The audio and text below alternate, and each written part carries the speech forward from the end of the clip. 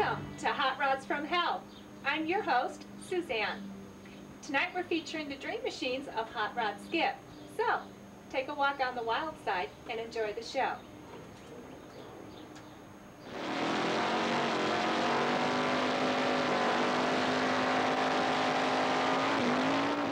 Well, welcome to the show, Hot Rod Skip. Thank you, Suzanne. So tell us, how did you get started? This goes way back. Couldn't even tell you the year when I was a child, when my father was racing cars. And the bug bit me. I've had it ever since then. Uh-huh. And when did you pick up this beautiful machine? I picked this car up in 1999 in Fort Smith, Arkansas. Ah. Distress sale. Somebody's misfortune turned into my fortune. And that's where this one started. It's come a long way since I bought it. Yeah, what condition was it in? Well, basically, the body's pretty much the way you see it right now. Really? There's been drastic changes with the entire drivetrain, motor, trans. The only thing I haven't really changed is the rear end in it because it was already set up. Uh-huh. I put a full roll cage in the car and a brand new motor.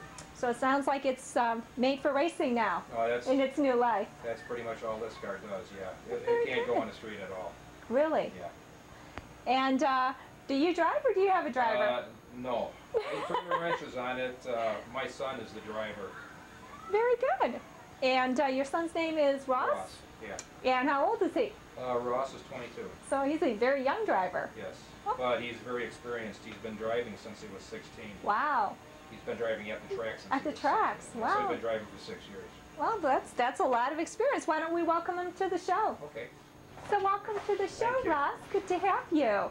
So what is it like to be in control of such a powerful machine? Well, it's an amazing feeling. Probably the ultimate adrenaline rush. Kind of almost indescribable. I guess some people climb mountains, other people jump out of perfectly good planes. I just like to stand it up about 2 feet off the line and go down the quarter mile about 130 miles an hour plus.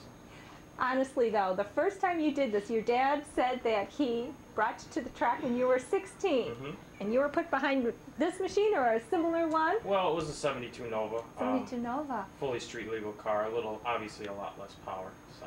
How did it feel, though, the first time behind the wheel of a car like this? How did it feel? It was indescribable. Like I said, the ultimate adrenaline rush.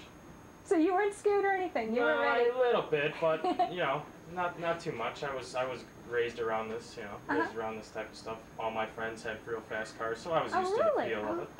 But I was just glad to get my own, basically. So what are your best times? The best on this car, I guess. The best time so far is a 1019 at 130 with the 13360 foot.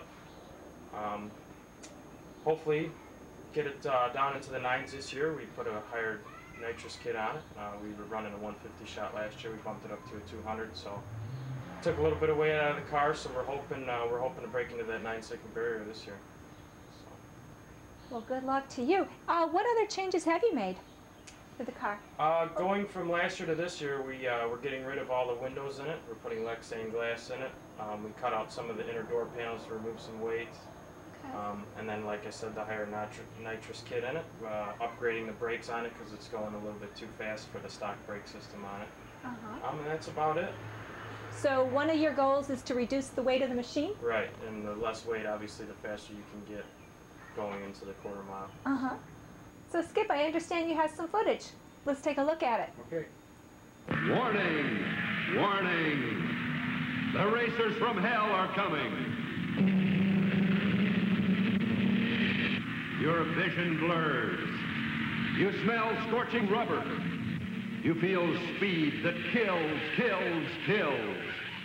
Like a bat out of hell you go. 3,000 pounds of steel aimed at the checkered flag.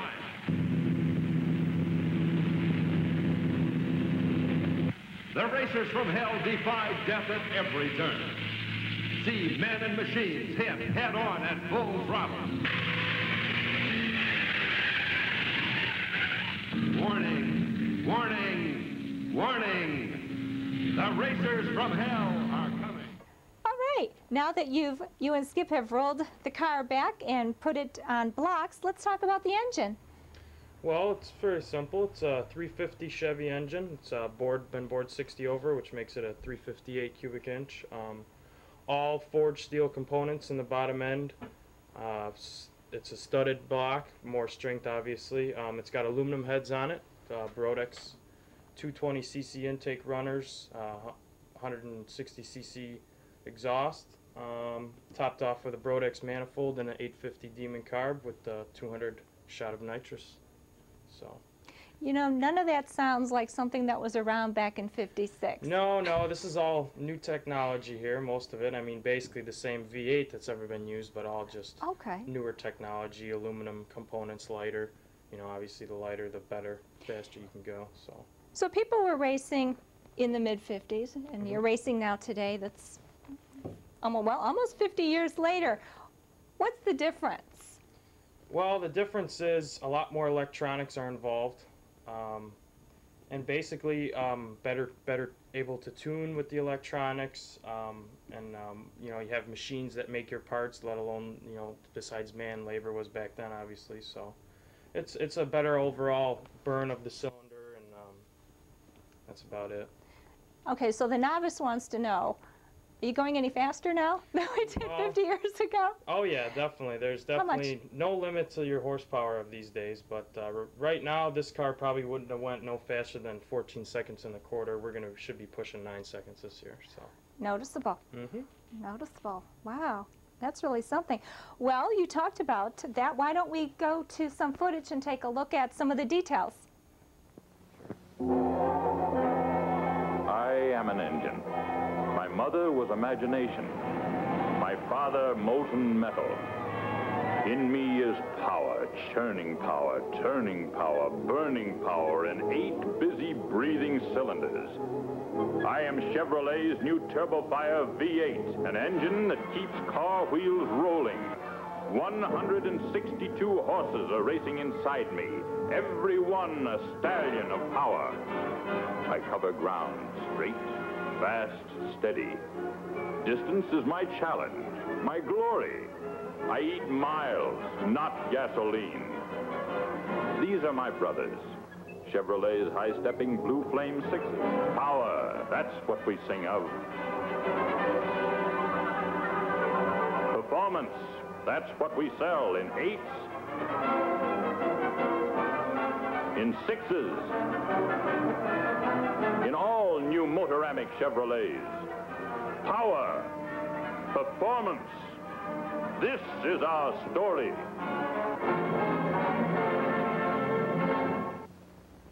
All right, Russ, answer me this. I need to do some grocery shopping really quick. All right. Teach me how to drive this thing. Sure. Oh, geez. Okay, so we have in the seat here. This is your roll cage here, basically all safety. So what does that mean? If I roll over, I'll be safe? You'll be safe as long as you got your 5-point seatbelt safety harness. You buckle that in. That's going to keep you in your seat. You got your roll cage to prevent it from crushing on you. All right, so it's not a good idea to wear a skirt when you get into one of these. No. All right, first order, wear slacks. Okay, we'll try with the skirt anyway. Okay, so you get in. What is the way that people do get in? Is this it or no? Usually you can get in, kind of put your arm right here and pull yourself over the bar and slide. Okay, hey, not bad. All right, that works. Okay, and then I have. You got it's a 5-point harness. That goes between my legs? You got one between your legs, one around you. Uh-huh. We won't do that. Okay. So now, and I see the keys already in the engine. Keys in the stock position. That works. You know what? I'm not as tall as you. Yeah. Do the seats move? The seats move very slightly, though, unfortunately. You're not going to let me do that. Okay, that's fine. So I can't even reach the pedal. It's okay. I'll just scoot forward. So you got your electric fuel pumps. You got to turn that on. That'll get the fuel up to your motor. This? Right here.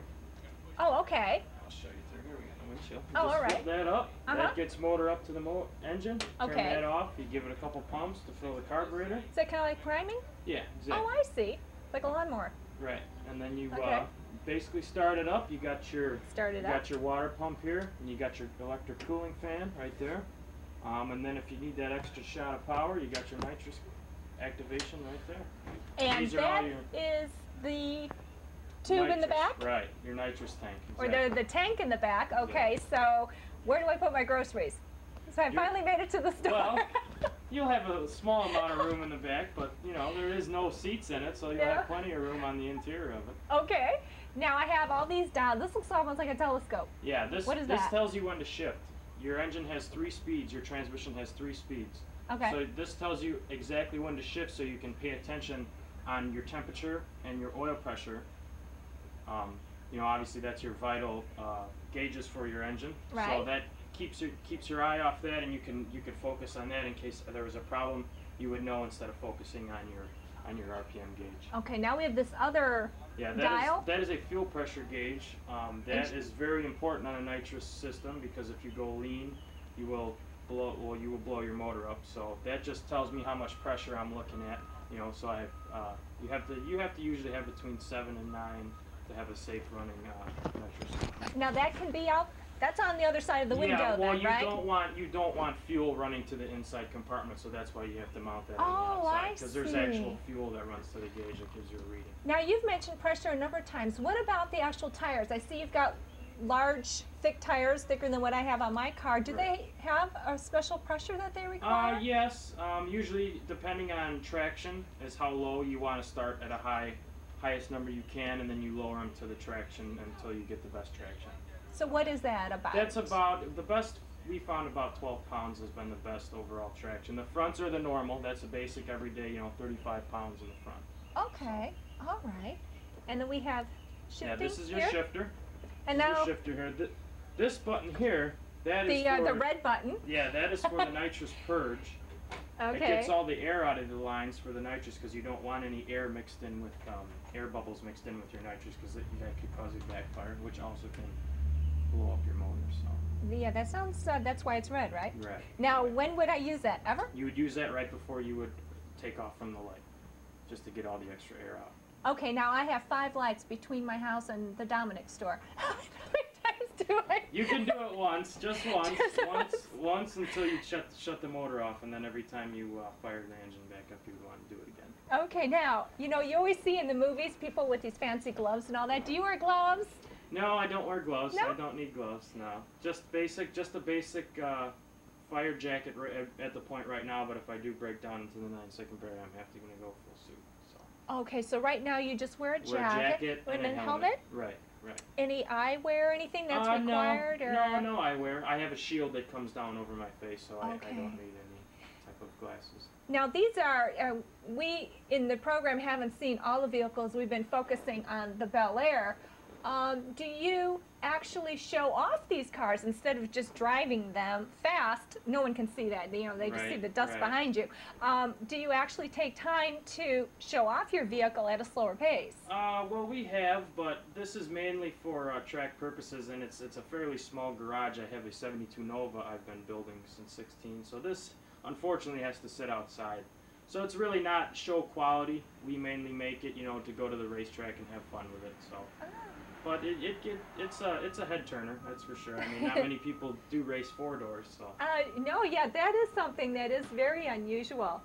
Now, when I'm done, when I'm at the grocery store or when I'm finally home, I shift back into park and then I just turn it off. Turn your switches, turn your fuel. Oh, I need to turn those on. Your fans and shut the key off. Yeah. Okay. All right, and I see the dial only goes to 110. I thought you're going 130. It does. What happens? It pulls you. It just pins. It stops at 120. It does? Yeah. Oh, okay. So you're not quite sure. You may be going 140. Yeah, I never know. You never know. You never know until the finish line because they're timing you. Yeah, they give you an actual slip at the end of your race. Oh, okay. All right. Is this a cigarette lighter? Yeah, I'm sure it probably does not work, but. All right, just in case. Just for in the case. cool look. Exactly. Or you really want to blow yourself up.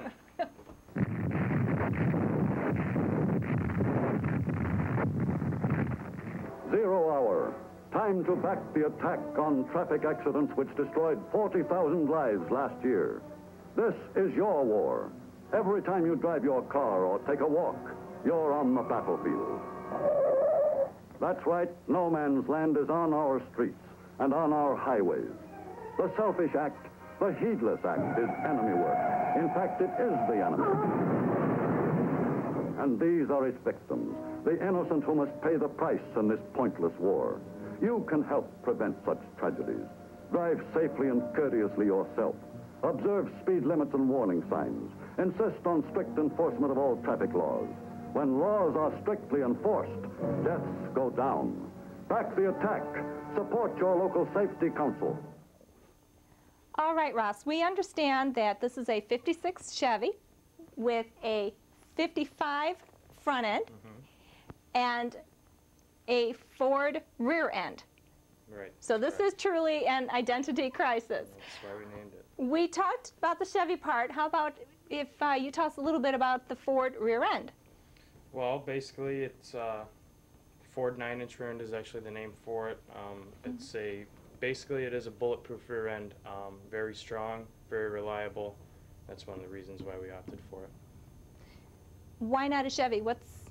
Well, it could have got a Chevy rear end, but like I said, it's basically bulletproof. There's no worrying about a Ford 9-inch coming apart on you or anything like that. One less thing to worry about, I guess. And how was it to put it together? I mean, it sounds like apples and oranges to me. Well, nothing's ever easy when it comes to race cars, but it was a fairly easy putting it in there. Had some coilover shocks, got rid of the leaf springs, did a ladder bar setup on it, so that helps us out a lot getting down the track that first 60 feet. Okay. Now you talk again about the first 60 feet. You have a lot of horsepower in here. How is the cooling able to keep up with what you have in here? Basically, the cooling's pretty factory. Besides the water pump, it's an electric water pump on it. That's basically just gives you a little bit more flow. Otherwise, it's all basically factory style. And I see that you and Skip have put in some of the new glass, and you said it's Lexan? That's right, it's Lexan. How is that different from the glass or the glass that was in there? Well, it's a lot lighter. It's a plastic material instead of a glass, so it makes it a lot lighter. And obviously the lighter you can make your car, the faster it will go. So. How much lighter have you made it? Total, it should be about 100 pounds we should lose on glass. Well, that's really noticeable. Regarding the Lexan glass, I tapped on one of the windows in the back, and that didn't seem like it was, to me, very safe. How safe is it? It's safe. It's a little thin, but they make that out of they can make that bulletproof if you make it thick. So it's a pretty strong, but with my helmet and my harness and everything, I don't think I really would have a problem with it. So. Now, we've talked pretty much about most of the car, I think. Is there anything that you'd like to tell the audience that's special about it? We covered the engine and the rear end. Basically, the connecting point is the transmission. It's basically just a basic turbo 350 with a 5,000 stall, warmed over a little bit. So that's about it.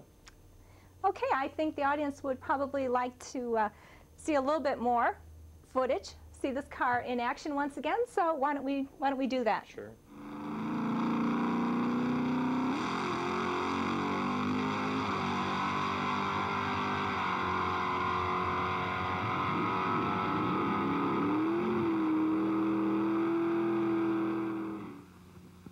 Let's stop. Engine's rough. Sounds like pounds. When did you change your oil filter? Change my what?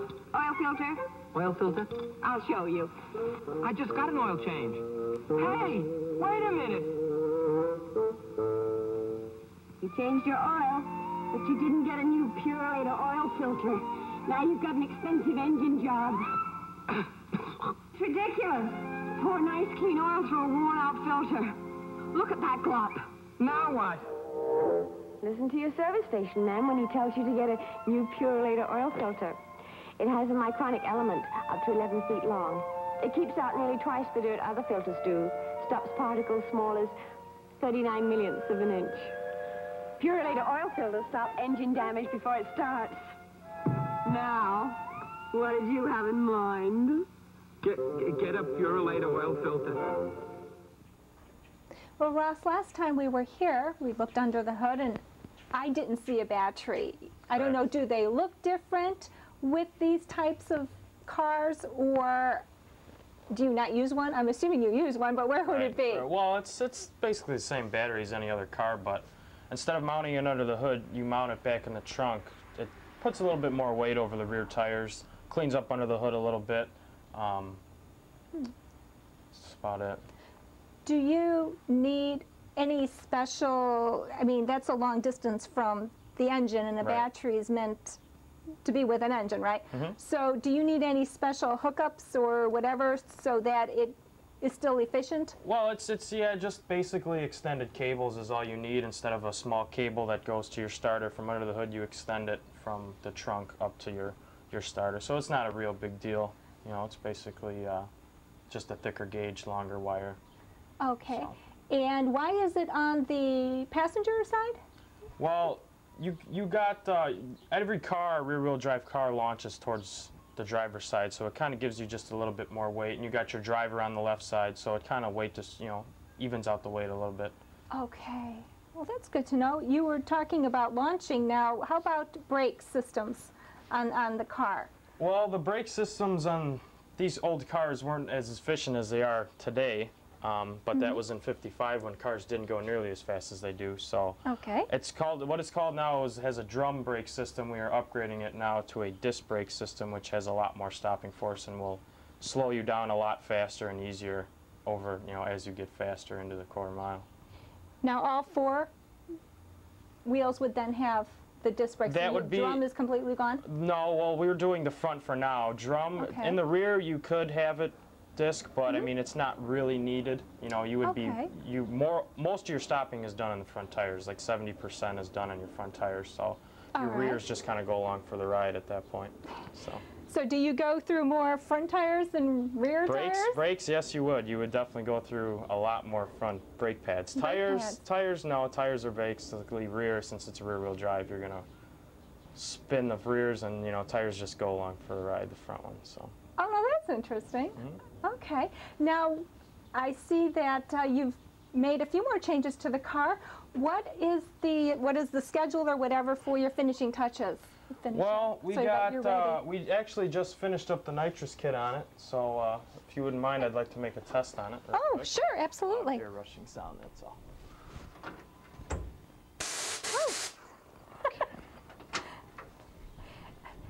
Now now what does that do? That is the purge valve. When you're using nitrous, a high stage of nitrous, you're going to want to get rid of all the gas and the air through.